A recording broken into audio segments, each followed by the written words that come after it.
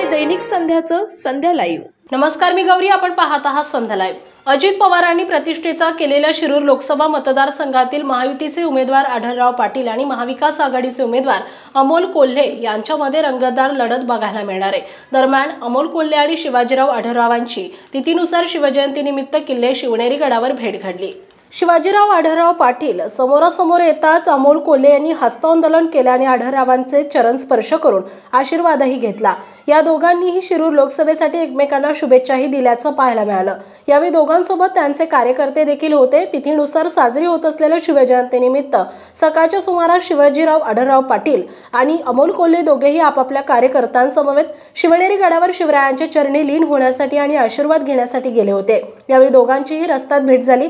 आढळराव पाटील समोर येताच अमोल कोल्हेंनी आढळराव पाटलांना थेट वाकून नमस्कार केला। त्यानंतर दोघांमध्ये हसत गप्पा झाल्या आणि हस्तांदोलन करून दोघेही मार्गस्थ झाले। या प्रकारानंतर अमोल कोल्हे म्हणाले की दिल्लीच्या तख्तासमोर न झुकण्याची प्रेरणा किल्ले शिवनेरीवर मिळते। वयस्कर व्यक्तीला वाकून नमस्कार करणं ही संस्कृती आहे, म्हणून की आढळराव पाटील यांना नमस्कार केला। ही संस्कृती जपली पाहिजे। सर्वसामान्य नागरिकांसाठी लढण्याची प्रेरणा द्या, हे मागणं शिवनेरीवर नतमस्तक होताना मागितलं असल्याचं अमोल कोल्हे यांनी सांगितलं। अमोल कोल्हे हे निवडणुकीच्या तयारीला लागले असून आढळराव पाटील यांनी शिवसेनेतून राष्ट्रवादीत प्रवेश केलाय आणि त्यांना राष्ट्रवादीकडून उमेदवारी मिळण्याची शक्यता आहे। त्यामुळे शिरूर लोकसभा मतदारसंघात अमोल कोल्हे विरुद्ध आढळराव पाटील असा तगडा सामना पाहायला मिळणार असून अजित पवार यांनी अमोल कोल्हेंना पाडणार म्हणजे पाडणार असा निर्धार केलाय।